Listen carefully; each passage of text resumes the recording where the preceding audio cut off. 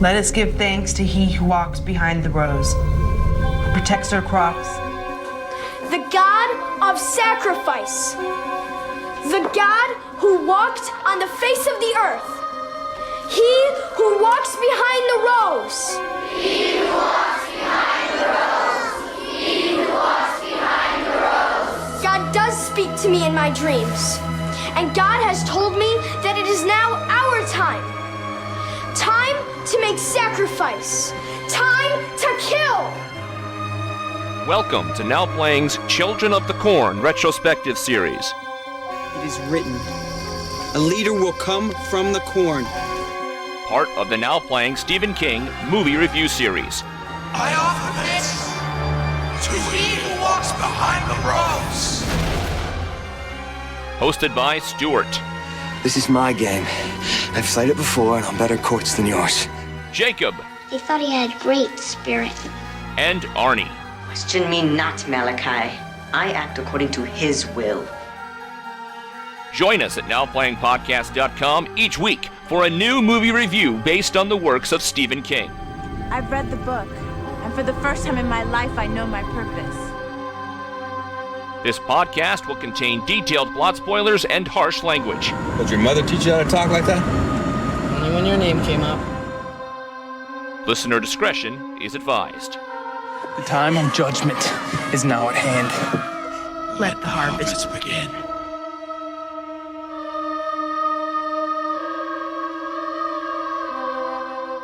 Outlander! We have your podcast! Discussing Children of the Corn.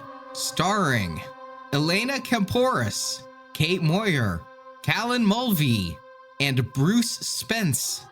Directed by Kurt Wimmer. Not Kurt Winner. I think he's Kurt Loser, actually. This is He Who Talks. Not He Who Talks Behind the Rows anymore, just He Who Talks, Arnie. And Stuart. And this is Jakob, and I believe there's a disclaimer in our credits that says our views are our own. They don't represent Venganza Media. And that's probably real important because I say the corn economy can kiss my ass. Not an official Venganza Media opinion, though. Children of the Corn. If those that are looking for a number need to know, it is the 11th film in the series. You could call it Children of the Corn 2023. But this thing has been on the shelf for years, so maybe you should call it 2020. On Letterboxd, it's got 2 entries under 2020 and 2023. I couldn't find it on Wikipedia because I'm like, well, where's the 2023 Children of the Corn? But because it was released in Sarasota for a day in 2020, they are calling it the 2020 Children of the Corn film. Yeah, I'm trying to imagine, was there anyone in the audience? Like, where was the screening that supposedly happened? The thing shot in summer of 2020, so I know they had to take the time to do all the effects work. You know how Wikipedia is. It's a article that says the movie is set to premiere in Sarasota from the Sarasota Herald Tribune. So it's future tense. I still think this is the 2023 Children of the Corn film, as that's when it was widely available. Yeah, was widely. I saw it. Yeah, I saw it in a theater even. We'll get to that. In 2020?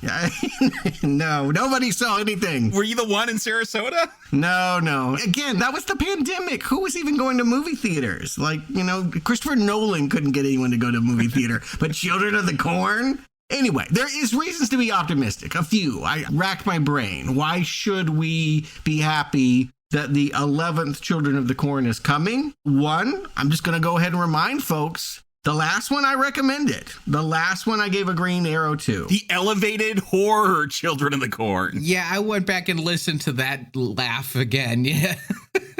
It's been 5 years since Runaway. Maybe you don't remember it, but yeah, I didn't even remember it myself. I haven't gone back.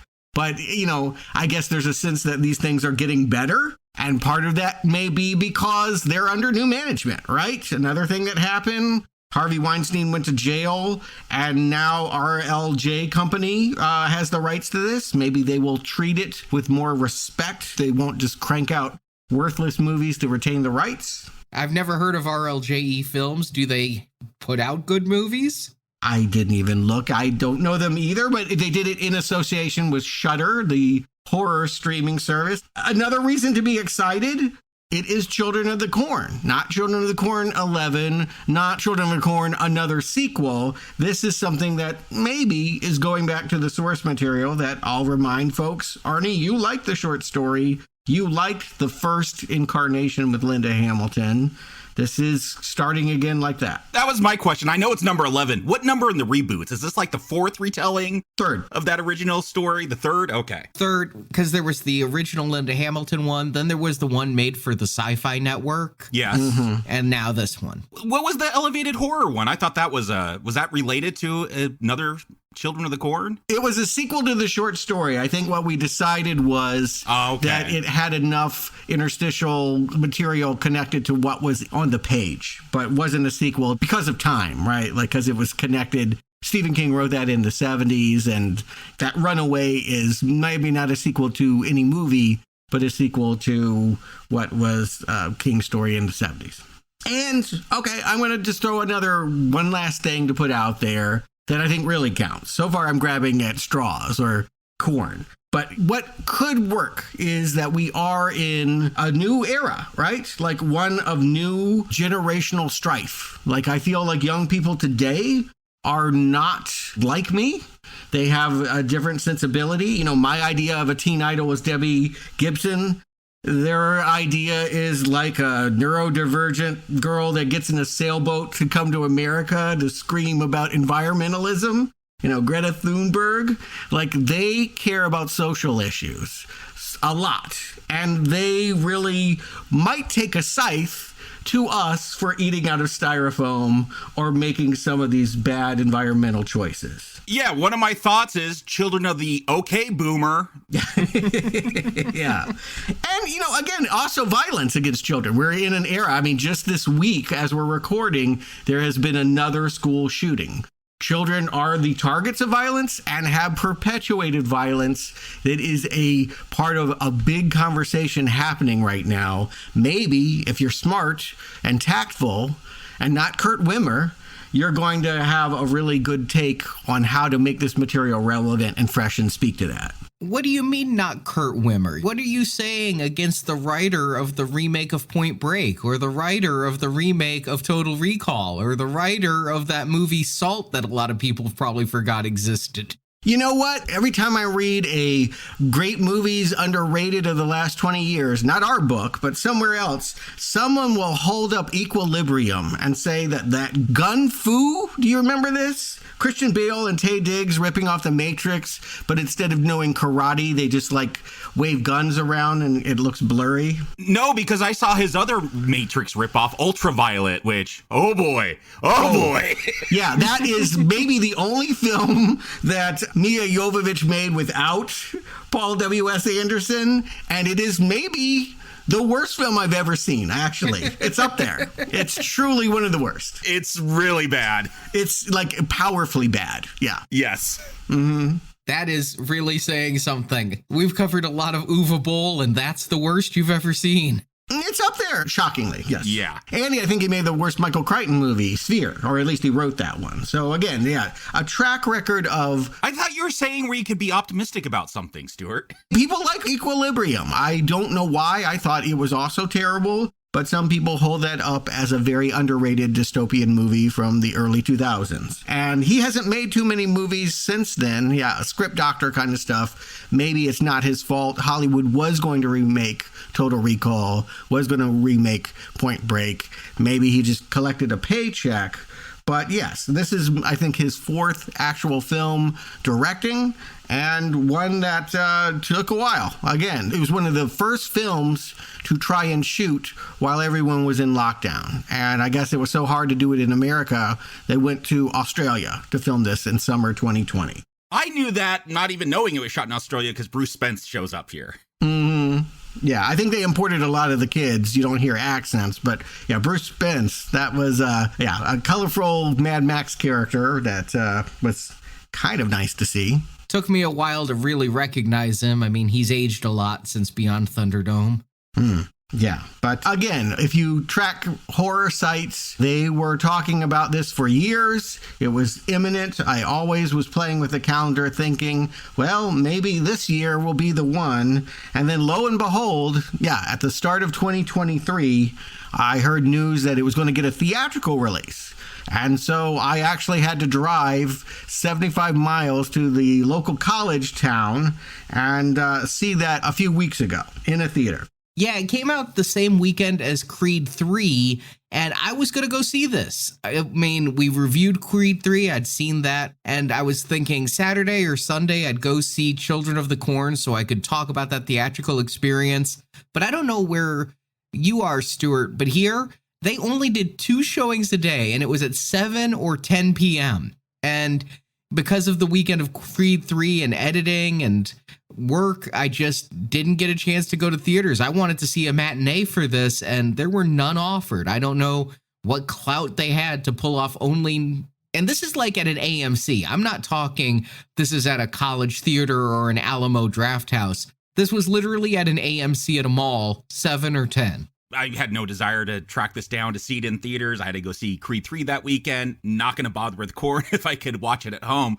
But Stuart, you say theatrical experience. Was there one? Was it just you? Like, I imagine you were the theatrical experience. It was immersive. Can we just talk about my life? Like, I really felt the fear of the children because halfway through the movie, all of a sudden I felt something in the back of my neck. Was it sweat? Was it fear? No, it was Raisinets. The kids, I'll call them kids, they were college kids, in the back row were just pelting me with candy. And I shouldn't say that. I don't know that. Maybe they were throwing food at the screen, and because I was, half the distance You're just there, in the way. I just was in the way. That's how I rationalized it. Because I got mad, man. I was like, I'm ready to kick some ass. You're going to throw Raisinets at me. I'm like, this is going to be bad. Truly, what held me back is if I went to jail, then people would find out that I had driven 75 miles to go see Children of the Corn. And I just couldn't have that. TMZ would have had a field day with that news.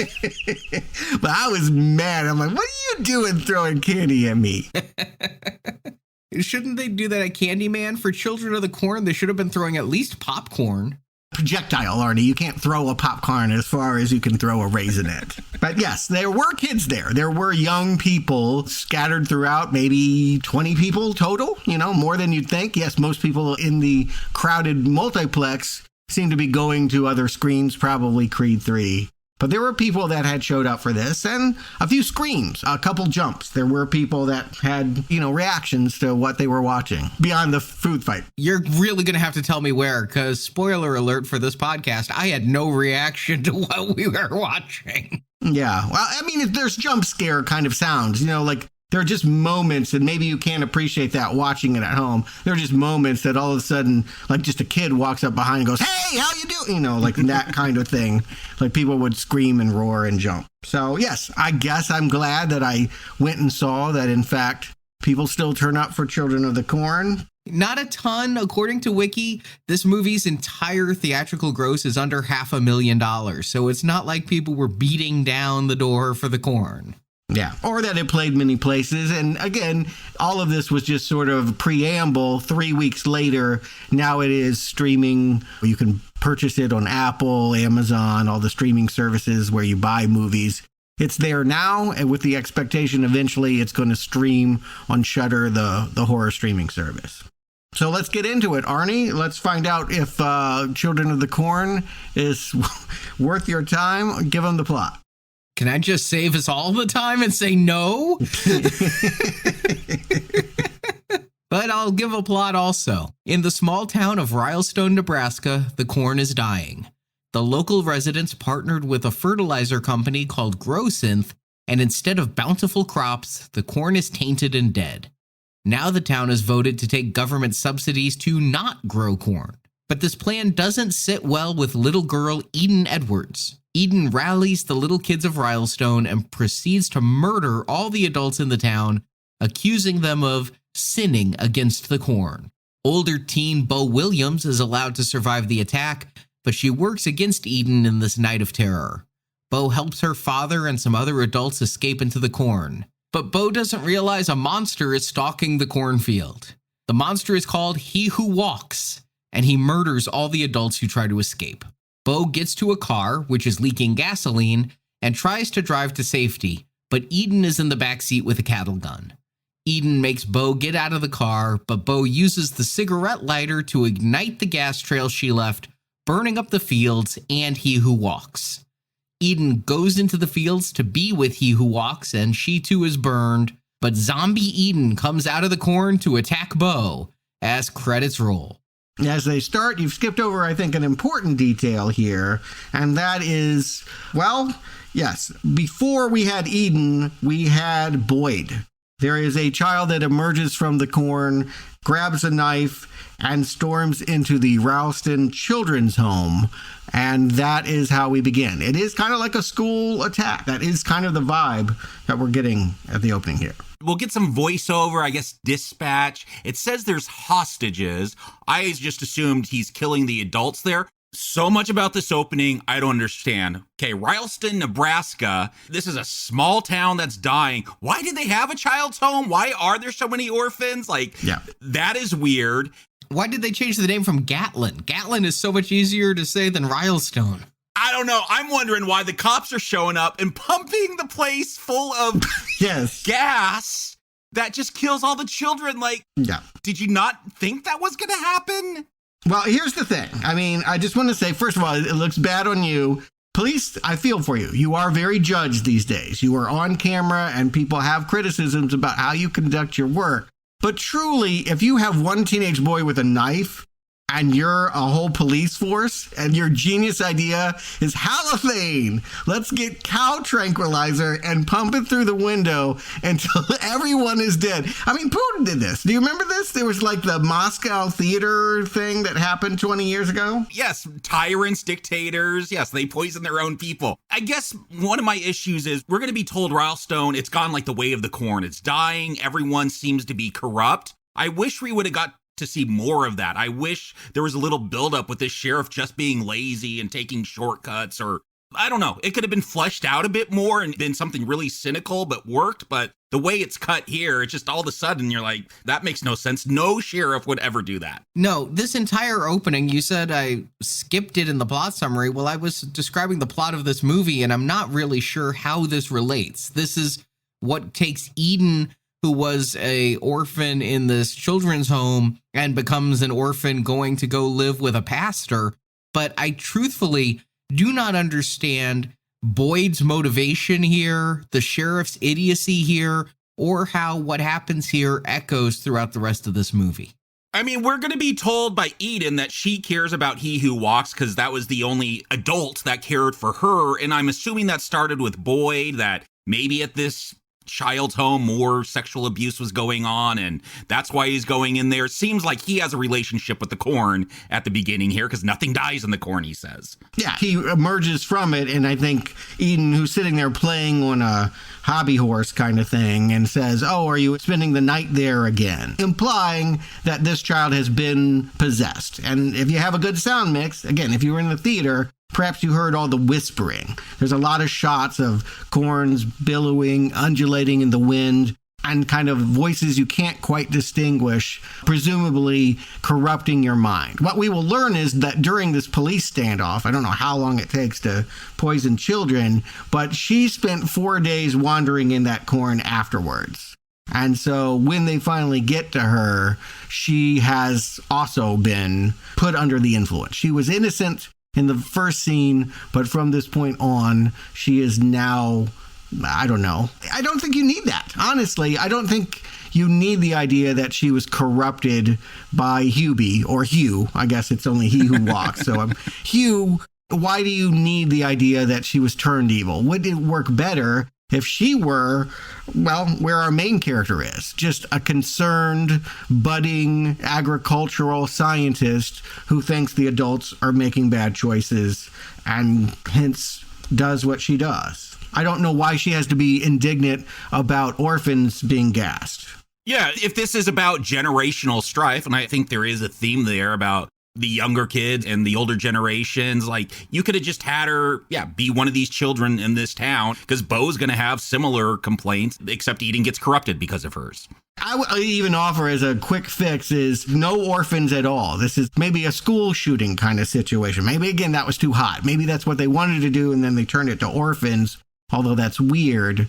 But yeah, I get the sense that it's a hostage situation, and you just make Eden and Bo sisters, right? They are in the same family. They have the same father. They have a debate about what to do.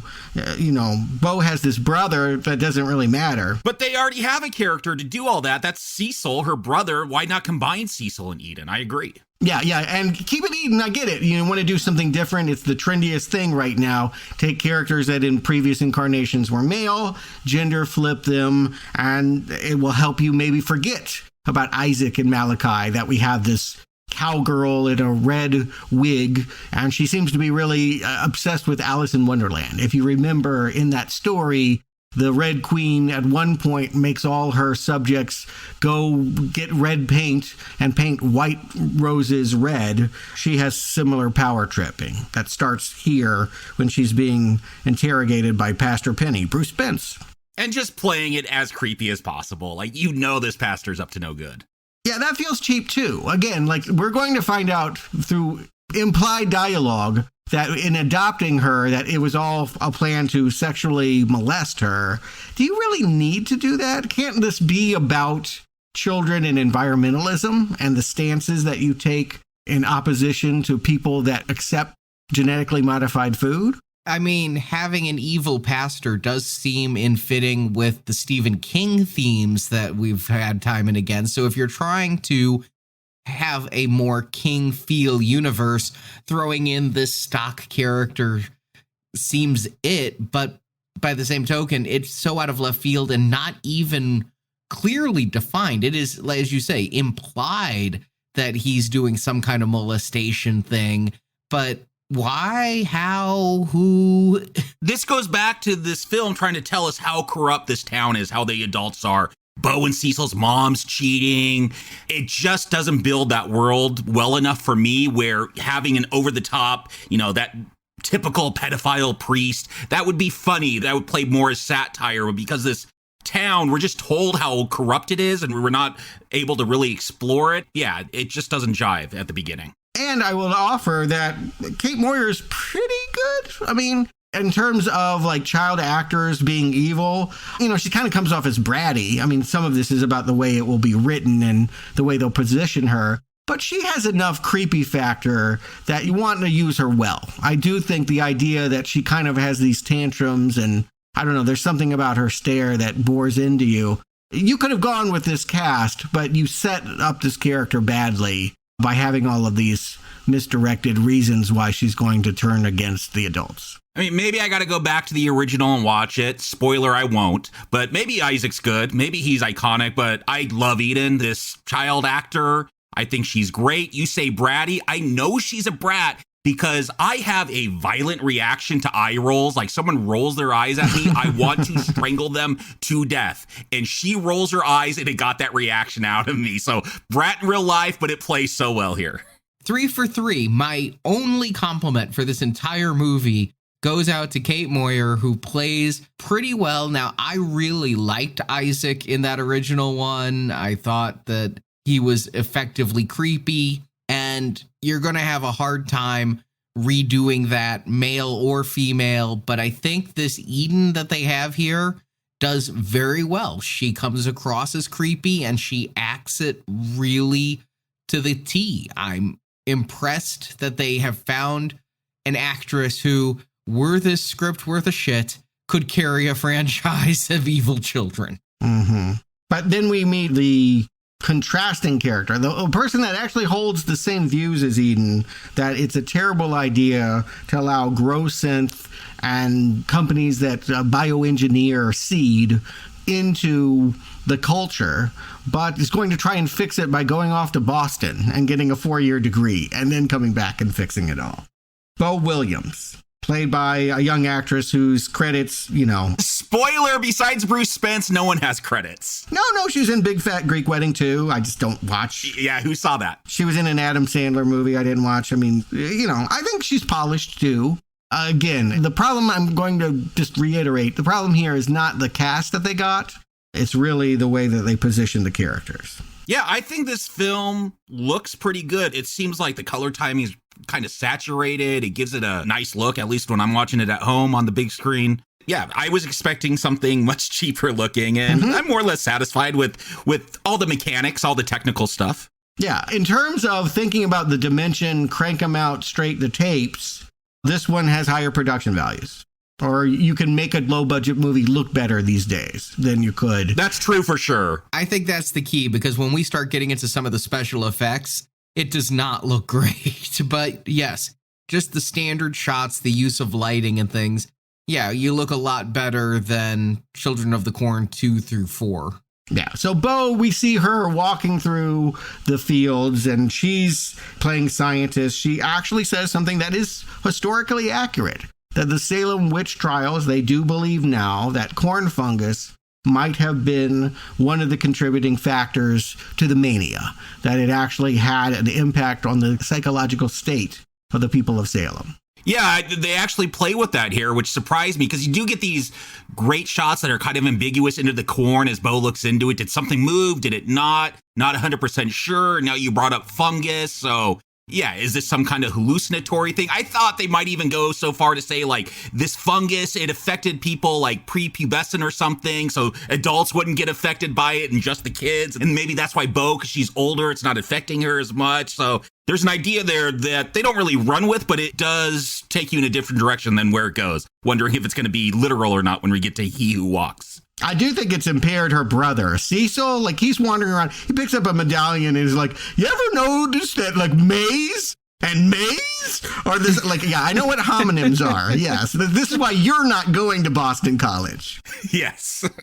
And this brother-sister relationship, I thought, might be the core of the film. A good brother, good sister against the rest. You'd want it to be, yeah. I mean, the whole deal is, you're leaving me, sister. You're going away. So, like, yeah, you're going to play with all that tension now. One's going to go to the path of the evil kids.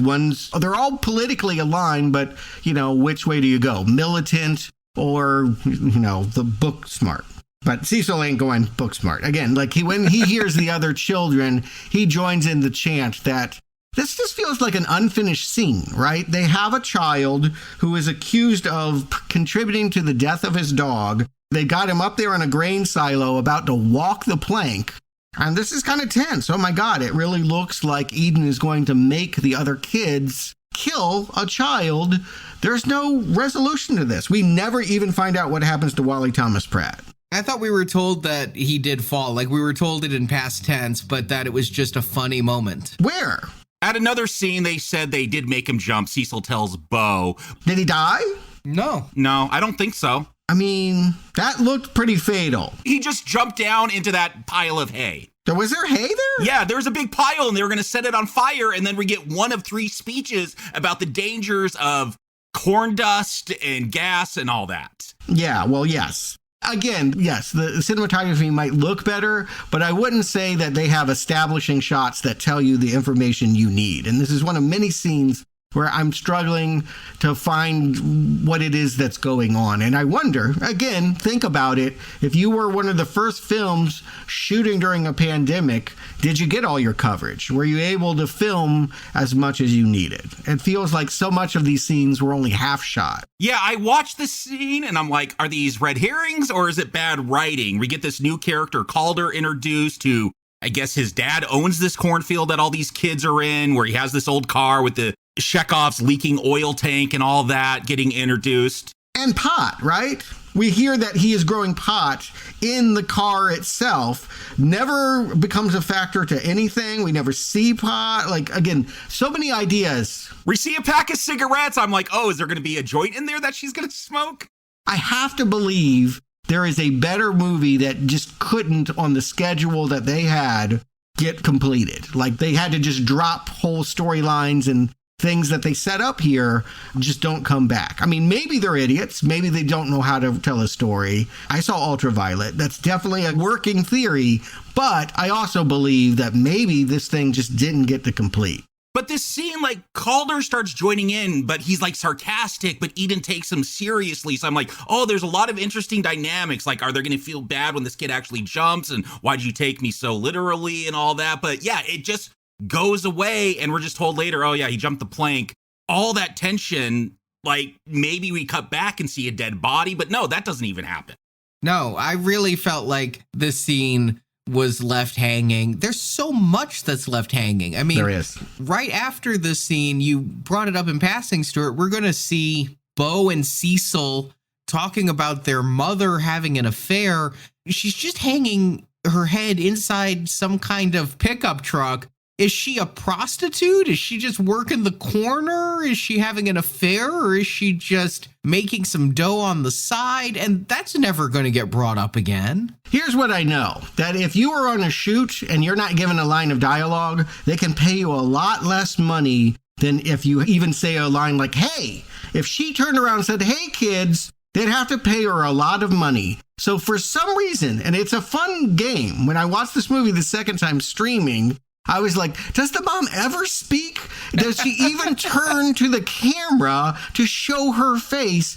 Twice she turns to the camera, and never does she open her mouth and make a sound. I noticed something similar. Bo's going to have these two older friends that are going to try to run for it later on. And I did wonder, like, late into the film, I'm like, wait, have they said anything? These two characters, I don't know their names. I just keep writing down two girls. And yeah, I don't know if they have lines. Maybe one of them gets one line or something, but that was definitely on my mind. Like, we got to keep the budget down. I know that's the thing with TV, like, cut out as many speaking roles as you can so we don't have to pay them speaking role parts. We established that the mother is sort of stepping out of the household and is causing all this trauma in this family. I think this movie would like to present the idea of the Stephen King small town, right? Salem's Lot or Derry or The Needful Things. What was that? Was that Castle Rock? Yeah. Yeah. So all of these, we're in the Midwest. We're not in New England. But all of these classic archetypes about what Stephen King thinks about a small town, how a corrupt small town sort of brings upon itself a killer clown from outer space or vampires or what have you. It seems to be implying that, yes, did the corn make them go crazy, or were they awful people and the corn, the earth itself, decided to wipe them out? Apparently, we're going to find out from this riveting town hall, the sin was selling out to Big Corn, Big Chemical, and that's what poisoned it. I like that. I wish they just stuck with that. I wish we didn't have all of these other things going on. I wish they could just make this really clean and say the anger that is happening in this town is over whether that some people voted for grow synth and some people said no, and now they have a dying field crop. I really wish that they would have tied together that use of grow synth created a corn monster that was He Who Walks too. I mean, you're using something called grow synth, and it's, listen, I used to work for a seed corn company, okay? Their entire job was to genetically splice corn so that it would grow better. And guess what? This stuff is better for the economy. It's better for world hunger. This is a good thing. So to I'm going to shut you down and just say you can also research Monsanto and the evil ways that they co-opt acres of farmland because they make corn that they can't reproduce with the seed, so you have to always buy it from them. Yes. I'm not going to go there. It's a very complicated debate and one that's spicy enough that if they wanted to make it, this movie is going to speak to that. They have enough there. They don't need to pull all this stuff about, like predator priests and child attacks on orphanages. I just wanted a grow synth avatar there. I want somebody from the grow synth company, and that they were calling back and that it would be revealed the grow synth experimentation that killed all the corn is what gave rise to He Who Walks. I wanted something to tie that together. So you're not saying you think He Who Walks came from the chemicals. You just wanted that. Maybe he did. I mean, I have no other explanation for where he came from. This is Wicker Man and it's an ancient god. That's my take. It could be that. And the third option is that there is a hallucinogenic effect and people are seeing things that are not happening. What I can't believe I'm seeing happening during this town hall is a riveting debate about farm subsidies and about our broken economic system where people starve while the government pays farmers not to grow food. It's actually kind of cool, Jacob. I mean, I get you. It's like heady. It's maybe a little elevated. No, I'm kind of cracking up that they're going into this. Like, I'm like, oh, they're going a bit deeper.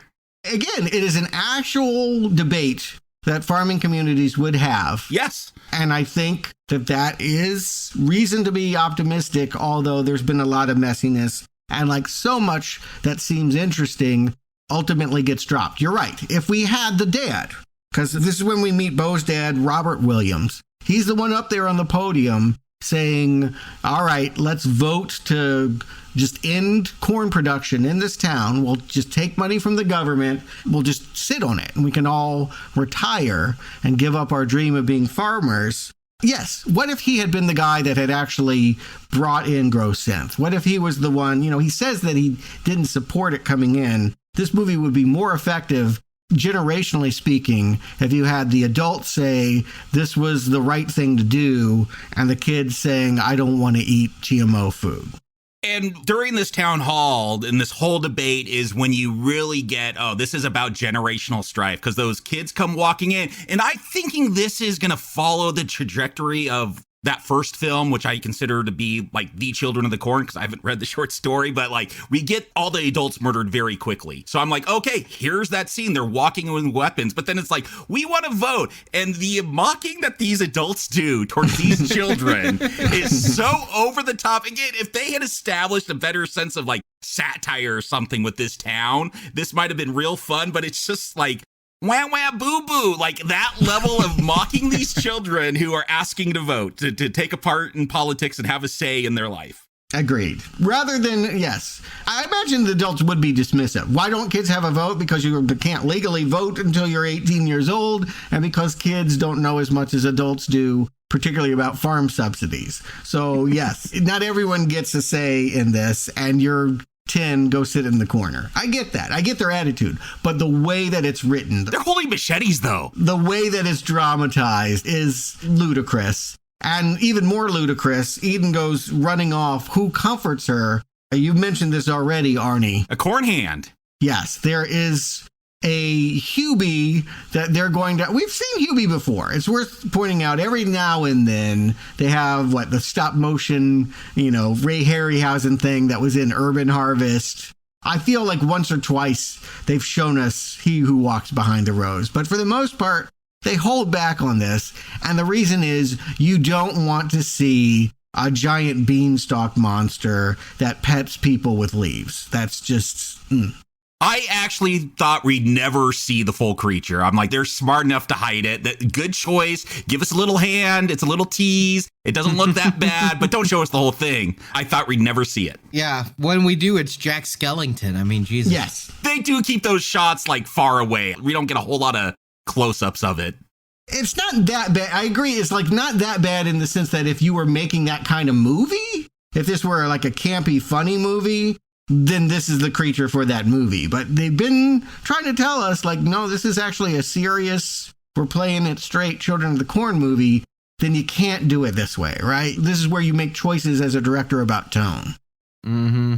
I agree. It's just so strange that we're actually going to manifest He Who Walks here. And I don't know why he doesn't walk behind the rose. It's just He Who Walks. Can't it at least be He Who Stalks and make it more corn? I mean, he is made of corn. You want corny puns? Yeah. Again, that would be a certain kind of movie and one that I would expect a low-rent Children of the Corn movie to be. But I see ambition here. What's puzzling is I see a director that says, I'm not going to make the mistakes that they did the last 10 times, and I'm going to show you a relevant Children of the Corn. Or could they just be tapping into our times? I don't know if they're actually commenting on anything. Maybe they're not smart enough with their writing. I mean, that's relevant. Tapping into the times means you are relevant. You are speaking to the now. Yeah, but you're making it feel like debates that your audience, people probably in their 20s, would be having. And it sticks out to us because this is new to us. These are not conversations we had. And here's what's getting me is these conversations that are being had aren't extraordinarily interesting. They're bringing up ideas without fully exploring them. And I'm bored as shit. I used to live across the street from a cornfield. And let me tell you, watching those corn stalks grow is more entertaining than the first 40 minutes of this film, where nobody really dies. I mean, other than that opening massacre that is mostly off screen and completely forgotten, not really brought up again, we have a long time to go in this movie before we get to what the best part of Children of the Corn has always been, which is the children killing the parents. Yeah, but I don't know that it's a mistake, Arnie. It's a mistake that you're bored, but I don't know that it's a mistake to have a slow build. I don't know that it's a mistake to take time and establish what actually, again, that they want to do elevated, dramatic. We're not just making a slasher movie. I don't think that that's a fault. It's a Children of the Corn film. It should be a slasher. No, you are blaming it for what it has done in the past, and they're saying wipe all of that away and start here. Fair enough. I'm willing to go there. I wouldn't say bored. I've noticed that, wow, where's all the kills? We're taking a while to get there. But soon after the scene, we'll see Eden recruit Cecil and take him out to the corn. And you have like all the girls in white dresses making corn dolls and start painting the roots of the corn with pig's blood. Like this stuff, no, it's not slasher gore stuff, but I like the spooky vibe that, oh, okay, this is really going to lean into this corn cult going on. Yeah, I feel like you want to write this part better is the answer to this. It's not that... You want to write everything in this film better. I agree. Well... Yes. Fair, but this is an important part. What they're telling us is this is a prequel. You know from the first scene of the Linda Hamilton movie that the kids are going to kill all the adults. How did they get there? What made them get to that point? You have to be good enough to psychologically explain how Eden is able to, control. And what this movie says is sometimes it's Eden convincing them, and sometimes they just breathe cornstalk dust and they go, ugh, and start killing. They need to be smarter.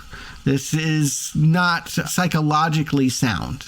No, you'd really have to work hard and have a great writer to sell me that this little girl or a little Isaac could rally all of the children to murder. And you know what? One of the greatest conveniences of King's original story and that original movie is he never tries to do that. And here's the thing. You already had a scene that was set up for that. The kid that walked the plank. Just finish the scene. We need to see that they went too far and they killed a kid. And now what are we going to do? Again, I even wonder if they didn't write it but then just realized that on their production schedule with COVID and what have you, and laws about filming children, they just couldn't get to all the pages. Yeah, what just hit me was Bo's going to ask him, like, what's that stuff? And they're going to say, oh, we got the blood from this pig. Like, again, cut to the kid. Like, they slit his throat, drained his blood, and that's what they're painting it with. So there's so many opportunities to call back to that scene. You need to see children falling deeper and deeper into the hole of moral quagmire, of like, there's no going back. And again, I think that's what prequels, good ones, do. They show you why. They show you why the thing you know is going to happen happened. And so that when it does happen, we can just kind of skip ahead to like the night of terror, but like we would be on pins and needles because like all good tragedy, we know there's no avoiding the outcome, but we still keep hoping that someone will make a different decision. Are you saying you're judging this as a prequel to Children of the Corn? Because I didn't pick that up. I'm just judging it as a corn film that came out. Oh, yeah, no, maybe I'm colored by this, but yes, that was a word used in the press materials. This is a prequel. Okay. Yeah, none of that stuff is on my mind. Yes, this shows you the slow build to why they're not going to start with the kids killing. That's going to be the climax. Well, it's really going to be the midpoint of the movie. Agreed. Yes, they have a strange sort of surrender that, yes, we know that Eden is looking really creepy, and for whatever reason, nameless children are going along with her. Maybe because they breathe corn dust. Maybe because if you spent hours being told you had to paint corn roots, Hubie would take over your mind. I don't know. But Bo's the one who really sets this in action because she's this little activist. She wants to change her dad's mind, so they're going to hold a mock trial, and she puts Eden in charge of, like, telling all the adults that there's going to be a 10 p.m. town hall meeting, and she also puts her in charge, apparently, to go pick up the news reporter they contacted so they could spread this story. Again, wouldn't it be better if they were sisters? No Cecil, like they just... Yes. I don't understand this relationship between these two. Yeah. Yeah, one's like 18, ready to go to college. This other one, she's an orphan. She's not even related to anyone in town, and she's a victim of sexual abuse. Like, none of this is jiving. What's weird is I feel like Bo gets that she's like the leader of these kids. Like, she knows something weird's going on, but she doesn't do anything to stop it. I don't know. If I was 18 and I saw a bunch of kids acting this weird, painting roots with pig's blood, I'm getting some kind of authorities involved. I don't know. These authorities will gash you, so maybe not the best police to call. But just to be clear, the reason why they're painting the corn roots is they're actually feeding it. We will find out, there's some special effects shots later, that when people die, when they're put into the ground, all the soil that has been, blanched by the chemicals is restored by the blood of the people that voted for those chemicals. That's why I feel like this is a Wicker Man film. Yeah, there's a relationship that you have to have sacrifice, human sacrifice, in order to restore these farm fields. People have to die for what they did. And again, I think if you kept it on that, if we knew more of these, here's what it is. You need a good ensemble. I feel like I only have a good thread on Bo and Eden, and the rest of the characters, I don't even know if I know most of their names. Yeah, they're not given them, and it's just the crew of adults and the crew of children is what I kept seeing. And we've got fairly recognizable leads of each team, but no, there is not an ensemble going on here.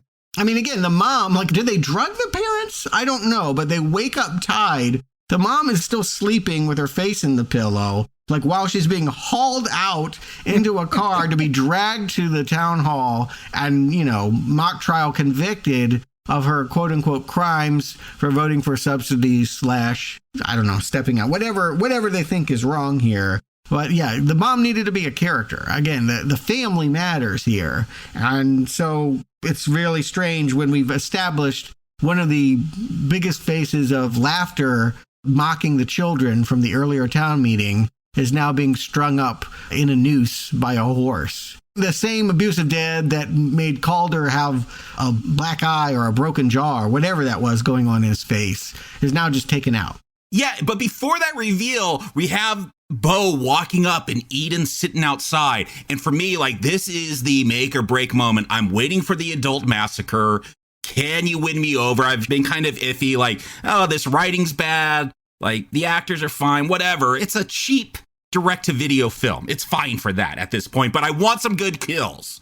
And so when Eden's like, oh, it's over, we already did it, I was ready to blow this movie up. I'm like, you're not going to show us the massacre? You don't have money to do that? COVID won't let you get people that close? Thankfully, like, she's lying, I guess, because they haven't killed anyone yet, but yes, we get that reveal of that father and the noose. And I don't know, this is fun. Like, the fact that they're trying to Calder and Bo or lift him up and save him, but that noose is tied to a horse and Eden just leads that horse out to pull him up even higher. I mean, it's a way of doing it. Again, I just wish, I keep stumbling on the fact that we were told this character was more important than he ended up being. It's just, he's a body to be killed. The fact that he beat his son and that his son isn't the one killing him seems like a missed opportunity. Yeah, why didn't the kids beat him like a piñata? Because they're beating him. You could have kept him in that noose. Right. Here's the thing. Are the kids killing them because you abused me? That would be one story. But you told me they voted for farm subsidies. So we don't need to believe that every adult here is physically and sexually abusing the children. That seems unrealistic and really over the top. I mean, later on, they're going to let some of them live because, or at least the pastor, he's still going to get it, but they let him live initially because he voted against the subsidies. He's like, the problem isn't chemicals or subsidies, it's sin. Like, that's why the corn's bad. But they admire that he stood up for the corn. They're going to kill everyone. But I think that what the preacher is saying is what we're supposed to get is, yes, gross synth was bad, but the people are the plague. And in order to do that, you have to, again, as Stuart had brought up, you need to have a Salem's Lot where you get to know all these residents and see their sins instead of just seeing that one person's having an affair and one person beats his son. Yeah, we've all said some form of that. Like, they should have, if you're going to take 40 minutes to get here, flesh the town out more and make us know about all these townies. And so we're really invested in their deaths. And again, make it a guessing game. If you want to be elevated, be elevated. But like, Is it something supernatural? Or is it just literally that they've been eating tainted chemicals? That they just, again, like Salem back in the day, they just have been ingesting something that has induced madness in them. Play with that, though. Again, you want to see characters interact so that this feels explosive now that the kids have finally taken control and dragged most of the adults to the jailhouse. And I gotta say, that march to the jailhouse, my favorite scene, like great piece of score going on there. I don't know why there's explosions happening, but like they're timed just right, like a music video. As Eden walks by, there's graffiti. More of this stuff, please. Like, I really like this. Is just, yes. Okay, if this is the tone you want to go with, this is a lot of fun. I did not recommend the first film, but that first 10 minutes horrified me as a kid and now. I just think that this should be the stuff that makes everyone like, woof. This is powerful. And unfortunately, a lot of this violence is obscured and unscary. But you're right. I'll take what I'm given. And sometimes this moment is one of the better ones because it does feel like things are really chaotic. And I'd actually be down with this scene in the jailhouse. Like, okay, I'm going to give you a poetic justice. You gassed an orphanage. I'm going to put on a rat gas mask, get the hallucinating pump in here and spray you, except... By the way, maybe you want to open a window? Like all the children are in the same room. I know the AC is not good enough to like clear that out. Like she's just going to end up gassing everyone.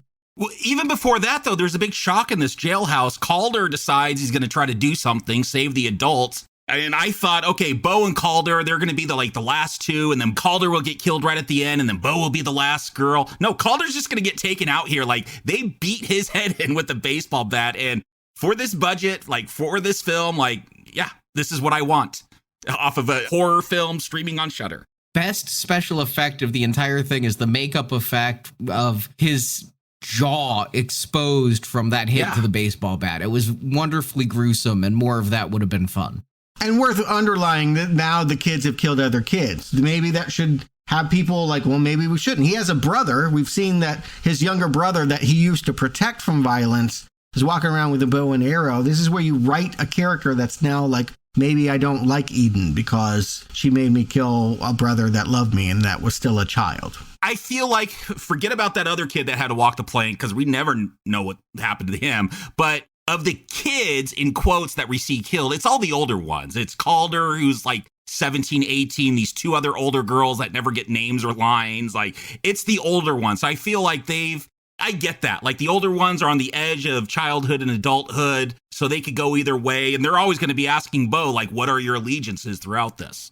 You know, but this is not taking the politics of the Stephen King. You know, Stephen King wrote that story, generationally speaking, in the shadow of Vietnam, where once you were 18, you were sent off to be killed. I do think that, like, the rage of children to the adults that made them do that made sense. They're not saying all adults are bad. This is not a town where Eden has declared if you're over 18, you're going to die. What they told us was she's mesmerized by a cornstalk monster who is mad that there are chemicals in his bloodstream, for lack of a better word. And so now they have to purify that with the blood of anyone. Children, adults, whatever, the guilty, the ones that have sinned. And the adults they pick and march off to be fed to He Who Walks, I guess, are the ones who had voted for those chemicals. Again, they're going to exclude a few for reasons like the father and like the pastor, but the mom wasn't even there for the vote. She went off in the truck. She got her own sins going on. Cecil wanted to bury her for. Again, this is what makes me so angry is they're like, but she did something else that's bad, so that counts. I'm like, no. Good writing is being clear about messaging.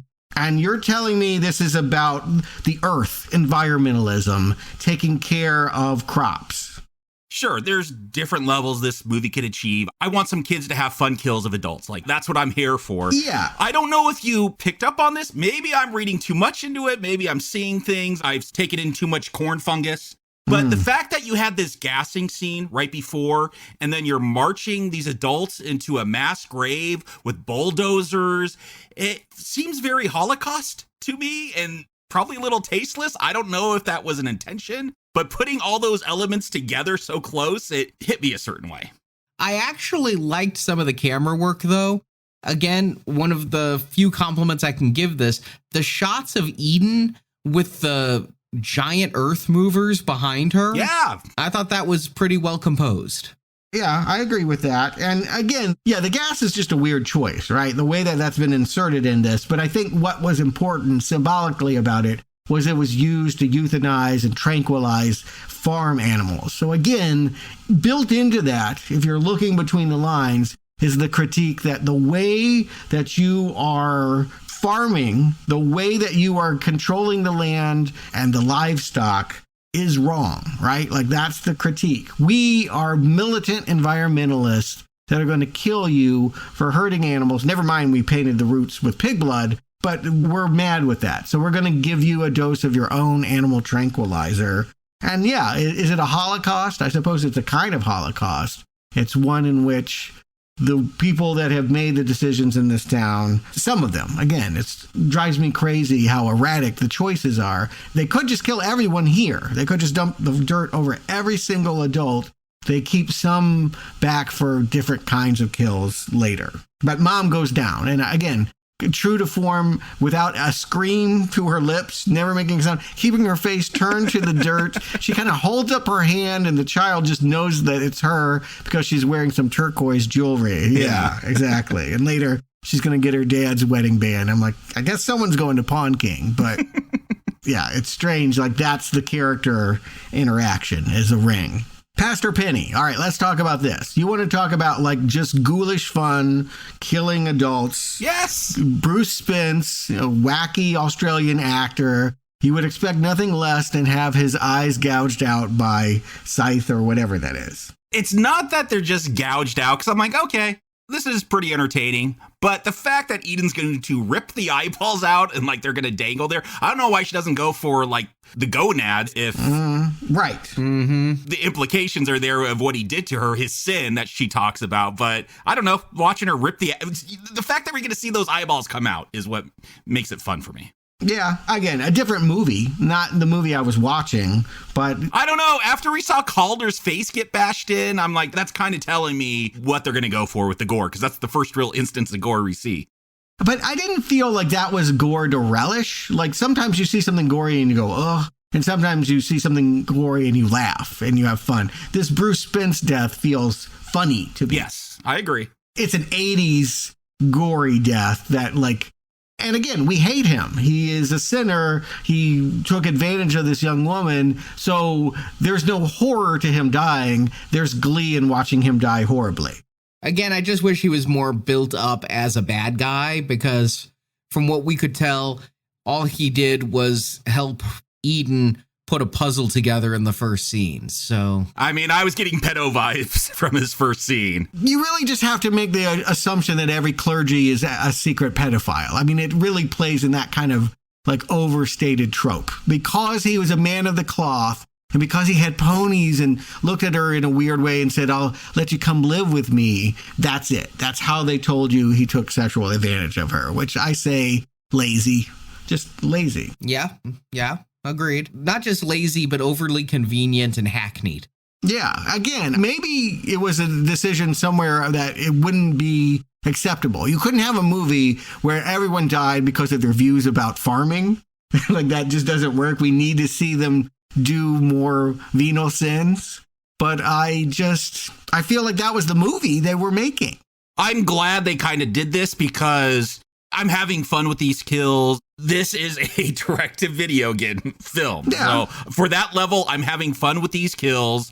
I was bummed, like, as fun as it was in some of those great compositions of the bulldozers pushing in the dirt, like, they took out the adults really fast. So when they went back to the prison, I'm like, oh, good, I'm glad there's a few more so we could get some kills. I feel like, though, after the pastor, there's like 4 men, including Bo's dad, and they're just told to go run into the corn.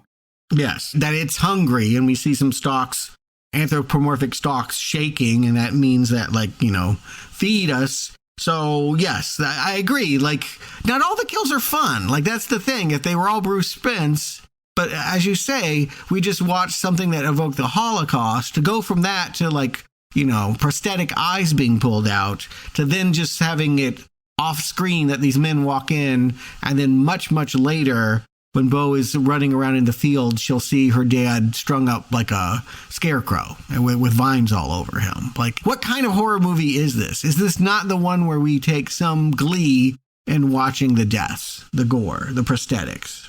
I would hope so. And yeah, the pastor indicated that. But the fact that all these people go to the cornfield and get to run into it did make me wonder, we've seen He Who Walks a couple of times in close-up, or we've seen stalks move. But again, because they brought up that fungus at the beginning, I'm wondering, did we really see it? Or are we being teased with it? I never fully expected them to come out with He Who Walks as a full-bodied creature. And so I thought maybe there was a chance if they were let go in the cornfield. What I really suspected is that more children were hiding in the cornfield just to ambush them. But what I didn't suspect... That's what I thought would happen. Yeah, I didn't suspect that the corn itself was going to prevent them from going. And again, a craftier director could have framed it that way, where we could have had that belief that you could have multiple levels and say that, no, all of that was an illusion. That was a chemical hallucination. And yeah, you could have the idea that the children are doing all the kills themselves. But you have the big do or die moment here towards the end as we get into the climax. There's that reporter. She's back. We were told Eden didn't get her, but she did get her, and she's going to feed her to He Who Walks and show Bo that this is a real, I don't know, I just kept writing down corn god. It's an actual being that's going to come out of the cornfield to eat Miss Boyce. Well, they waffle on this. Originally, they were just going to decapitate her in the town hall. And then in trying to protect her, Bo is like, no, why don't we feed her to the fields like you just did my father? This really has the quality of like, don't throw me in the briar patch. Yes, it does. And Eden's like, well, that's a great idea. And then at the last minute as they're walking out, she's like, but I got a better one. And so, yes, she ends up being dangled, crucified. We saw this imagery in a few of the Children of the Corn, that they crucify the adults and stick them there in the fields. This is, what's going to happen here is that, yes, because it's not in the field, they can't play the Jaws game. They're going to have something come out of the field to get her. You can't just have her disappear underneath the rows. So you do kind of have to come up with a creature design, right? Maybe you don't have to do this, but yes, all of a sudden, like Jurassic Park, there's like the shaking and footsteps. Bo has grabbed a knife and, telling this child that she's crazy and that there is no such thing as Hugh. And then, what do you say when Jack Skellington, this beanstalk monster, comes stepping out and drags the reporter away? What I would say is, it's probably not as bad as you think or would expect. Yeah. It's fine for this film. Yeah, it's Swamp Thing level. Yes, that was my reference. It's fine. It's not good. My problem is more with the conception of it, that it could never be anything except funny as currently designed. If you'd made it more hulking, like a Swamp Thing or a Man Thing or something like that, more tangled, maybe it could have had more physicality to it. But for this budget of film, I'll sign off on fine. We get to see it rip the news reporter in half. Like, okay, I'm satisfied. Yeah, again, I hear you saying, Jacob, why ask for more? My answer is because sometimes they aspire to it. No. I'm not saying why ask for more. I'm kind of surprised I'm getting more than I expected. With this series, my expectations were so low. The fact that I'm not actively hating it as I watch it, that's a big improvement. Agreed. But again, I really want to stress the weird juxtaposition of these talky, dramatic, no one is winking at the audience scenes, which I would say is 60 or 70% of the movie. And then you have moments where it is like, urban harvest kind of, let's watch her be dangled by her feet and ripped in half. Yeah, that kind of thing doesn't belong in the movie I was just describing. So would this be better as just a blood-soaked, Sam Raimi-inspired, gore fest? Yes, because at one point I thought Hugh was like going to pop a corner and do something to Bo later on, like that tree in Evil Dead. Yeah, at some point, she goes running away from the kids. Everything's about the gasolines and burning. Like, I don't know. Yeah, she keeps screaming at them, don't light fires, and they keep bringing out matches, but at one point they've coated her with gasoline. She flicks it in their eyes and goes running into the fields. And yes, Hugh, in a dramatic moment after he finishes with the reporter, seems to be on top her, entangling her in the stalks, and who knows what. Yes, your mind, given the fact that they have implied sexual violence to some of these children, you could go there. That's why I was thinking it during this scene. Perhaps, or maybe it's just going to bite her. I mean, I don't really know how this creature works, and we're not going to. Yeah, what I don't get is she just picks up, there's a scythe laying on the ground. She just picks it up and I don't know, just hits it once and it screams and runs off. I felt like she should have had to hack a lot more at that thing. Chekhov's corncob knife. They established it in the beginning. She was walking along, picked it up, threw it into the field. She just happens to be at that very spot of where it fell. But yes, we eventually get back to the Oldsmobile that's allegedly a pot farm, and she drives it conveniently through the actual stalks. I thought that was surprising. Why try and find a road when you can just make your own road? And we have a pretty exciting chase, I guess that's what I'll call it, where she tries to find her way to the interstate and get out of town. I'm more surprised you called it exciting than I am surprised you called it a chase. I mean, really, it's just a car going through corn. Yeah, when have you ever seen that? Quite a few times as a kid. Really? Yes. Your parents never drove through a cornfield drunk? No.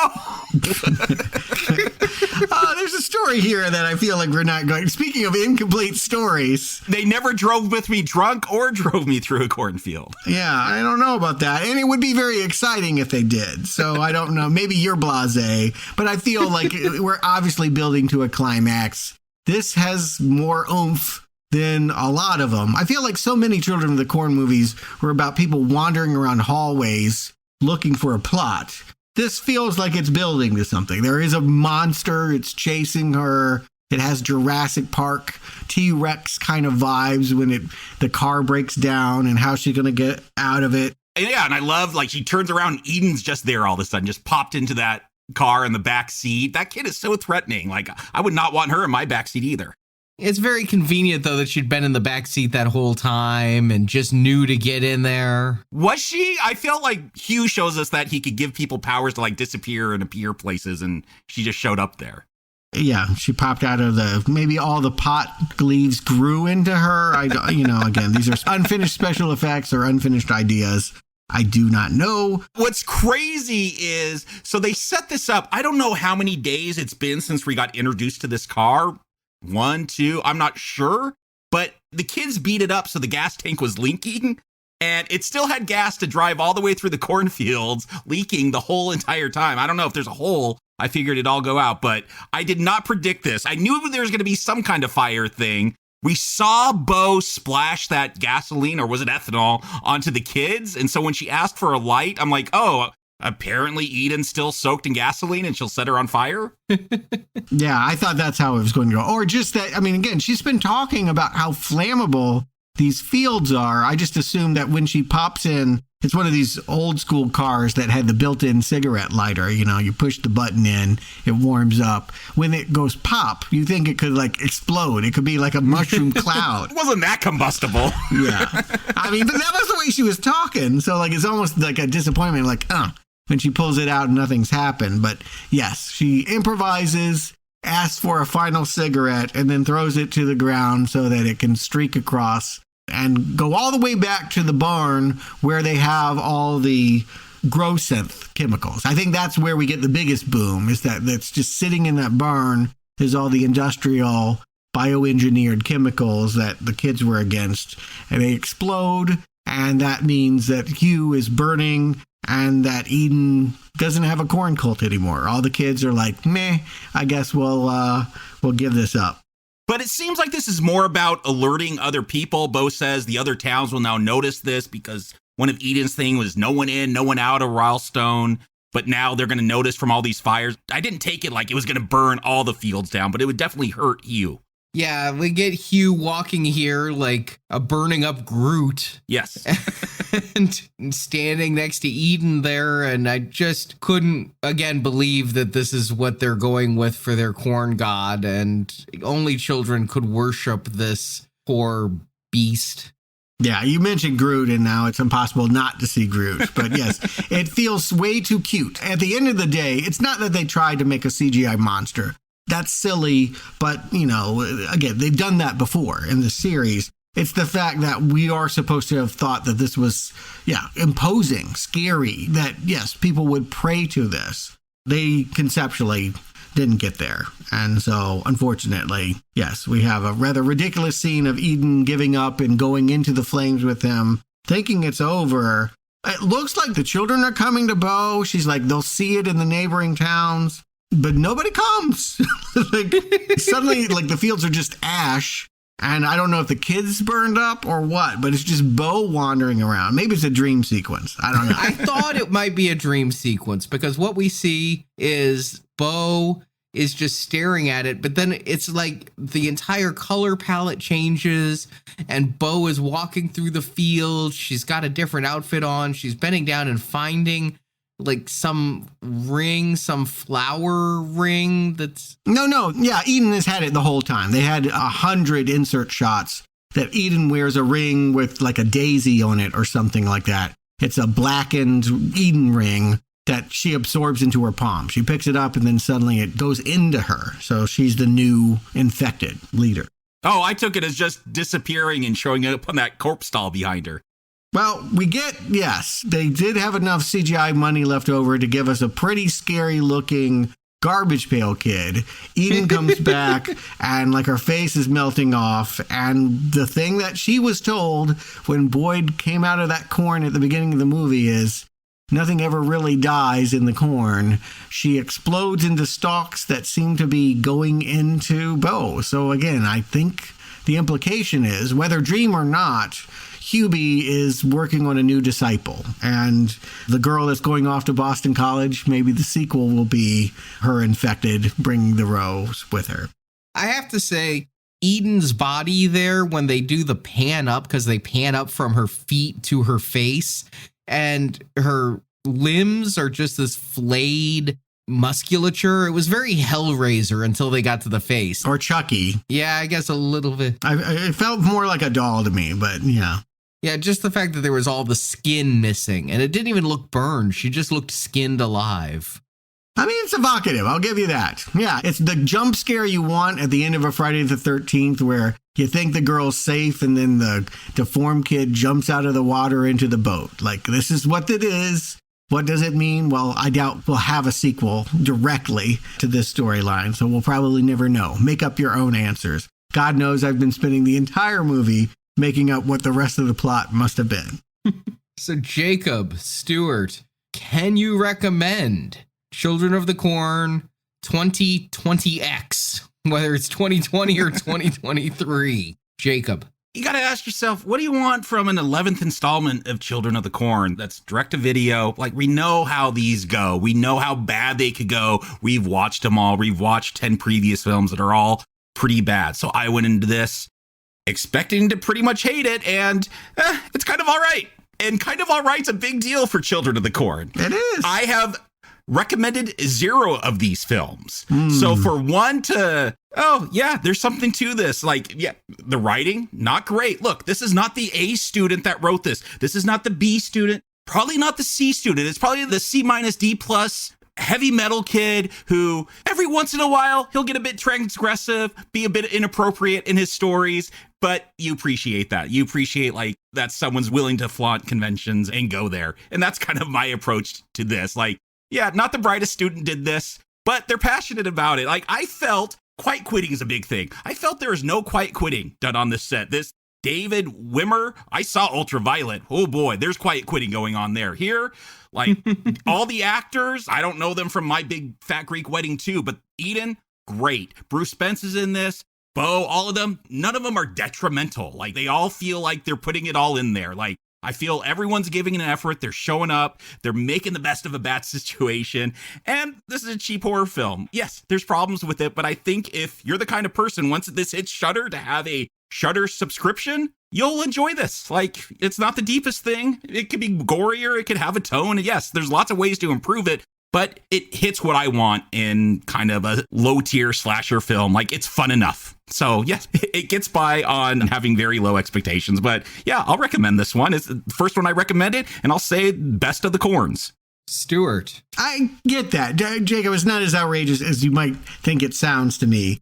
Here's what I've done in the past. Here's where I can meet you. I didn't think it was outrageous until I heard you guys talking about this film. Yeah, well, I mean, in the past, because I knew that I was watching a series of almost no worth, I created my own rating scale. And so I would say that this has both a kernel and a pat of butter. There are good ideas here, and there are cheap, corny kind of fun here as well. It's not a total husk. The ones that really are awful, and I would say half of the Corn films that just have nothing redeeming in them, this is not one of those. It's got some stuff that will keep you occupied, bringing the social justice, environmental concerns of today's kids in there, evoking the GMO debate, the corn fungus Salem stuff. Again, there was smart stuff here mixed with some cheesy effects that are fun. It's just what you really wish for are sharpness. You want a better script, better direction. You wish that they maybe didn't shoot this during a pandemic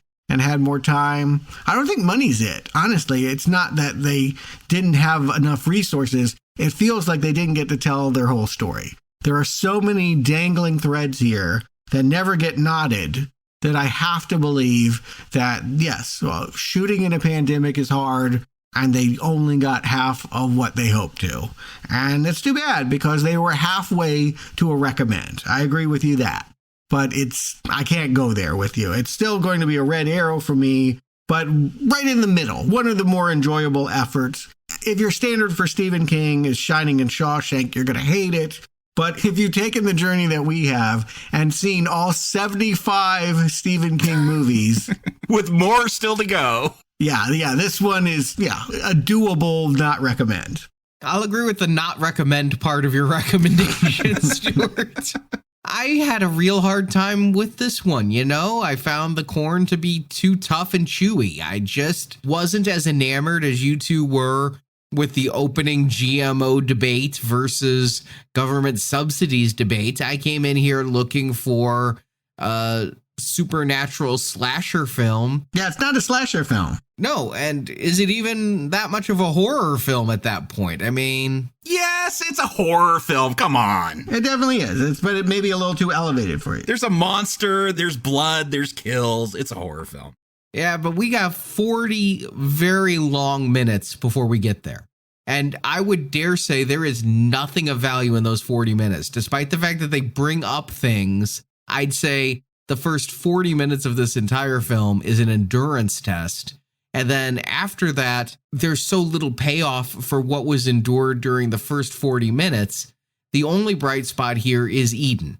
And if they'd focused more on Eden and less on Bo in that first 40 minutes, if they'd really focused on Eden's motivation and given her the spotlight instead of having Bo and her brother complain about their slutty mom and all of that, maybe they could have gotten something here. But as it is, I'm with the kids in the Stewart's Theater. I'm throwing Raisinets at the screen during this one because I need something to entertain me. You're hitting Stuart with them, though. Yeah, you're hurting me.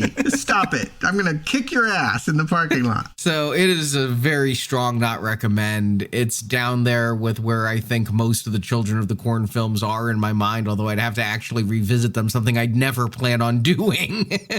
No, don't do it. Don't do it, Arnie. Yeah, I have trace memories of all of them. I haven't forgotten which one is which.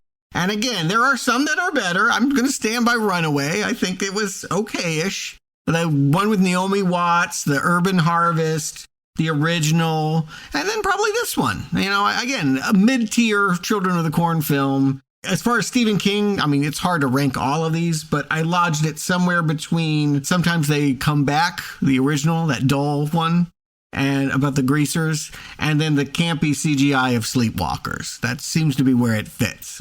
But we're not done with Stephen King, not by a long shot for this year alone. We've got $2 babies coming back. Children of the Corn and Boogeyman. Yeah. If you remember Boogeyman, when we did our very first Night Shift collection of Stephen King reviews, those dollar babies, one of which was from Frank Darabont and the other two were completely forgettable. Well, Boogeyman is getting a big budget tale. They just keep mining that Night Shift collection for as many short stories as they can. But Boogeyman, it was pretty good. I remember kind of liking the short storyness of it. Yeah, I remember it being one of the better ones of those. I remember the film being underexposed and something about a monster in the closet. I don't really remember much about it.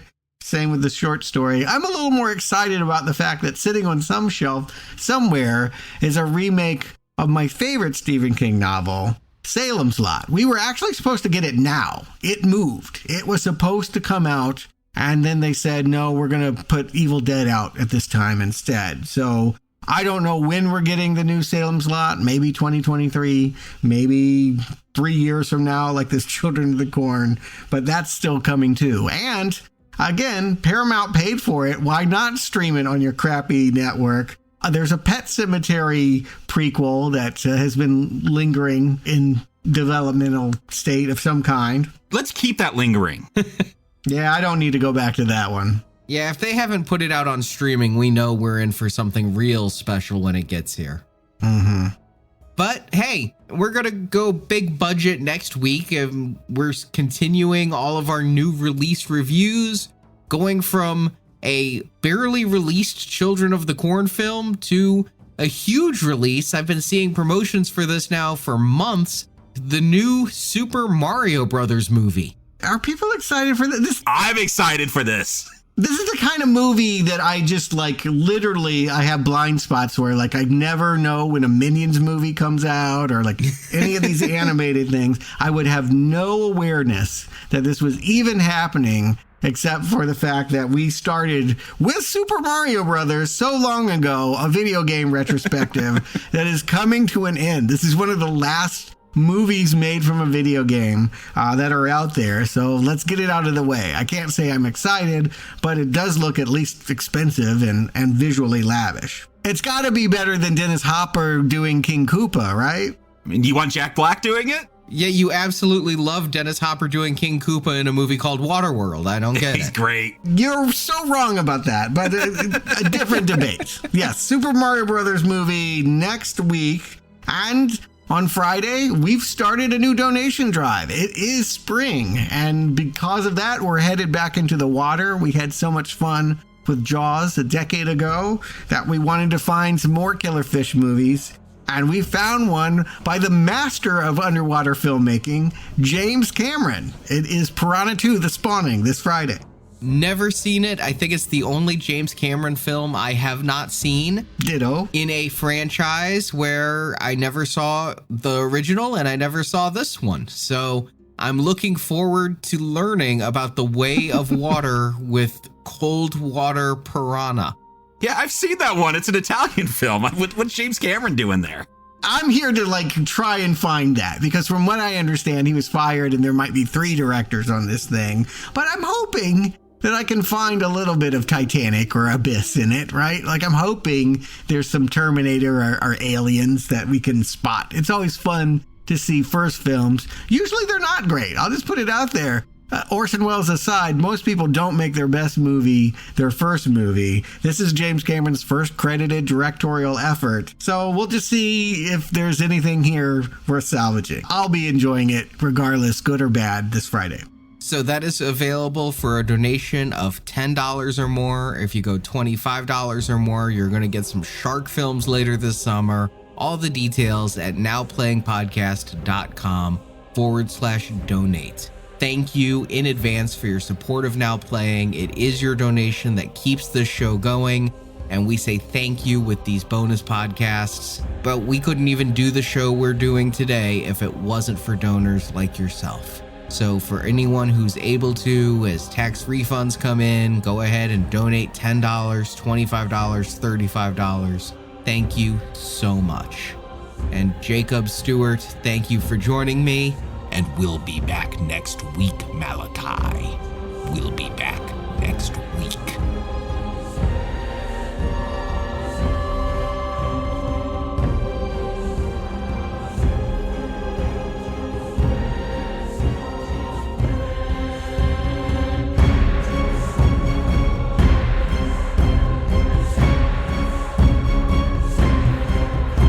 I'm leaving now. gonna go find some people and tell them about what's happening here in Gatlin. I don't think they'll believe me at first. I don't think I believe it myself. But they will. Eventually. You guys all belong in an asylum somewhere. Loony bin. Thank you for listening to this episode of Now Playing. Congratulations, Tiger. We hope you've enjoyed the show. Pretty much all you need now that The Sopranos is dead and buried. Come back to NowPlayingPodcast.com each week as we review another film based on Stephen King's books and short stories. This is the word of he who walks behind the rose. We do his work from shine to shadow. At our sister podcast, booksandnachos.com, you can hear Arnie's reviews of the original Stephen King books and short stories on which these films are based. You should look it up. You still remember how to read, don't you? In the NowPlayingPodcast.com archives, you can find many more reviews of Stephen King films, including Maximum Overdrive, The Mangler, Sometimes They Come Back, The Lawnmower Man, Carrie, Salem's Lot, The Shining, and more. Find dozens of Stephen King movie reviews at NowPlayingPodcast.com. Well, these kids watch too many horror flicks. Also at our website, you can find reviews of film series such as The Avengers, Star Trek, A Nightmare on Elm Street, Silent Night, Deadly Night, Scream, Transformers, RoboCop, and hundreds more. Movies are filled with violence, blood, and bodies, naked bodies writhing together, glorifying fornication.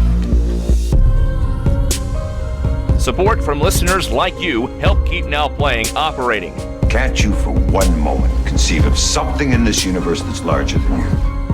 You can find a link to donate using PayPal at the bottom of our website, NowPlayingPodcast.com. $200 Joby. How much? $13,100. $13,100. Okay, 2,000. Now Playing's Children of the Corn retrospective series is edited by Heath, Casper, and Arnie. I don't want to be the one in charge when the heads start doing 360s and they're hurling pea soup. Now Playing credit narration by Brock. He filled me with the words. The film discussed in this podcast is the property of its original copyright holders, and no infringement is intended. Now Playing Podcast is not affiliated with the makers or distributors of these films. That won't matter to Isaac and Malachi. They'll take it as a sign. Do you speak for the others or only for yourself? The opinions expressed in Now Playing are those of the individual hosts and may not reflect the opinion of Venganza Media Incorporated. I am the word and the giver of his laws. Disobedience to me is disobedience to him. Now Playing is a Venganza Media production, copyright 2023, all rights reserved, and no part of this show may be reproduced, repurposed, or redistributed without the written permission of Venganza Media Incorporated. So what do we do about the children? Tell their story. Let the healing begin. It's not too late for that, is it?